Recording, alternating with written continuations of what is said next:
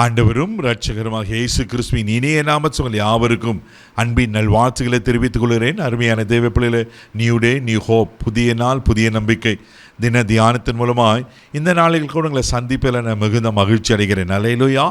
இன்றைக்கு கூட கர்த்தர் நம்ம கொடுக்கிற வார்த்தை என்ன? யாத்திராகும் புஸ்தகம் 1 அதிகாரம் 20வது வசனம் கூட வாசிக்க கேட்போம். இது நிமித்தம் தேவன் மருத்துவச்சிகளுக்கு நன்மை செய்தார், ஜனங்கள் பெருகி மிகுதியும் பலத்து போனார்கள். பாருங்க, தேவன் மருத்துவச்சிகளுக்கு நன்மை செய்தாராம். நீங்க 21வது வசனத்தில் வாசிப்பீங்கன்னா, அவர் குடும்பங்களை தழைக்கும்படி செய்தார் அப்படின்னு ஆசீர்வதிக்கிறார். தேவ பிள்ளையில நம்ம ஆண்டவர் யாரு? நன்மையின் தேவன், நன்மை செய்கிற கர்த்தர். அல்லேலூயா, ஆமென். ஏன் அவங்களுக்கு ஆண்டவர் நன்மை செய்தார்னாக்கா, அவங்க மிக முக்கியமாக சொல்லப்பட்டிருக்கு, அவர்கள் தேவனுக்கு பயந்ததினால். அல்லேலூயா. தேவ பிள்ளைகளை, தேவனுக்கு பயப்படுகிற பெரியோரையும் சிறியோரையும் அவர் ஆசீர்வதிக்கிறவர். ஆமென். அவருக்கு பயந்ததுனால அவர் குடும்பங்களை தழைக்கும்படி செய்து அவர்கள் ஆசீர்வதிக்கிறார். ஏன் அவங்க தேவனுக்கு பயந்தாங்க? ஆனால் எகிப்தின் ராஜா அவர் கட்டளையிடுவார். அதே யாத்திராகும் புஸ்தகம் 1 அதிகாரம் 16வது வசனம் கூட வாசிக்க கேட்போம். நீங்கள் எபிரேய ஸ்திரீகளுக்கு மருத்துவம் செய்யும் போது அவர்கள் மனையின் மேல் உட்கார்ந்திருக்கையில் பார்த்து, ஆண் பிள்ளையானால் கொன்று போடுங்கள், பெண் பிள்ளையானால் உயிரோடு இருக்கட்டும் என்றான். பாருங்க, அந்த மருத்துவச்சிகளை பார்த்து ராஜா என்ன சொல்றாருன்னா, ஆமென், எபிரேய ஸ்திரீகளுக்கு நீங்க பிரசவம் பார்க்கும்போது ஆண் பிள்ளை பிரச்சனை அப்பவே சாகடிச்சிருங்க, பெண் பிள்ளையானா விட்டுருங்க.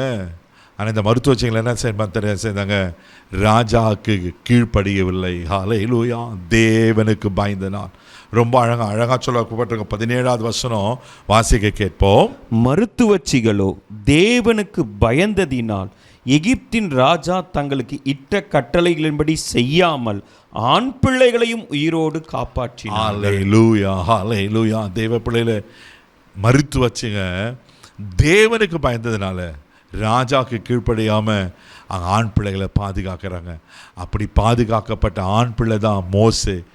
அந்த மோசே வளர்ந்து தேவ பிள்ளைகளை எகிப்தில் அடிமைகளாக இருந்த தன்னுடைய ஜனங்களை, இஸ்ரவேல் ஜனங்களை கர்த்தர் மோசே கொண்டு விடுவிக்கும்படி செய்தார் அல்லவா? ஹல்லேலூயா. அன்னைக்கு பாருங்க, அந்த மருத்துவச்சிகள் தேவனுக்கு பயந்ததுனால அவர் குடும்பங்களுக்கு ஆண்டர் நன்மை செய்து தழைக்கும்படி செய்தார். இன்றைக்கி நம்முடைய வாழ்க்கையில் கூட நம்ம ஆண்டருக்கு பயப்படும் போது ஆண்டர் நிச்சயமாய் நம்மளுக்கு நன்மை செய்வார். நம்ம குடும்பங்களை தழைக்கும்படி, அப்படின்னா ஆசீர்வாதமாக இருக்கும்படி ஆண்டர் செய்வார். ஒரு என்ன நன்மைக்காக எதிர்பார்த்துட்டு இருக்கிறீங்க? என்ன ஆசீர்வாதத்துக்காக எதிர்பார்த்து கொண்டு இருக்கிறீங்க? தேவ பிள்ளையில, தேவனுக்கு பயப்படுகிற பயம் இருக்குமானால் ஆமென், நிச்சயமாக அவர் நம்மளை ஆசீர்வதிக்க உண்மையில் இருக்கிறார். அவர் குடும்பங்களை தழைக்கும்படி, அப்படின்னா பெருகும்படி, ஆசீர்வதிக்கும்படி, செழிப்பாக இருக்கும்படி செய்தார்.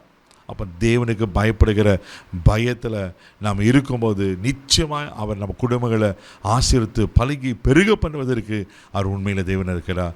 நீங்கள் எதிர்பார்க்குற நன்மைகளையும் அவர் நிச்சயமாக உங்களுக்கு கொடுக்க உண்மையில் இருக்கிறார். கண்களை மூடி நாம் ஜெபிக்கலாம். தகப்பனே, உமக்கு நன்றி சொல்லி துதிக்கிறோம். ஸ்தோத்திரம் ஆண்டவரே. அப்பா, உமக்கு நன்றி ஆண்டவரே. அன்றைக்கி மருத்துவச்சிகள் உமக்கு பயந்ததுனால அவர்களுக்கு நன்மை செய்து அவர் குடும்பங்களை தழைக்கும்படி செய்வீங்கன்னா ஆண்டவரே, இன்றைக்கு கூட யார் யார் என்னென்ன நன்மைக்காக எதிர்பார்த்து கொண்டு இருக்கிறாங்களோ, நன்மை செய்கிற தேவன் ஆண்டவரே, நன்மை செய்கிறவராய் சுற்றி திரிந்தீர் என்று வேதத்தில் வாசிக்கிறோமே. இன்றைக்கி என்ன நன்மை அவர்கள் காத்திருக்காங்களோப்பா, அந்த நன்மை வரட்டும், அந்த நன்மை வரட்டும். இவளை ஆசீர்வதித்து ஆண்டவரே, இவங்களை தழைக்கும்படி, இவளை செழிப்பாக இருக்கும்படி நான் ஜெபிக்கிறேன்ப்பா. பொறுப்படுத்துகளும் இந்த நாள் முழுதும் கரமெடுத்து நடத்தும் தெய்வீக பாதுகாப்பாக போடுகிறேன். இயேசுவின் மூலம் ஜெபம் பிதாவே, ஆமென். தேவனுக்கு பயப்படுங்க, அவர்களுக்கு நன்மை செய்வார். God bless you.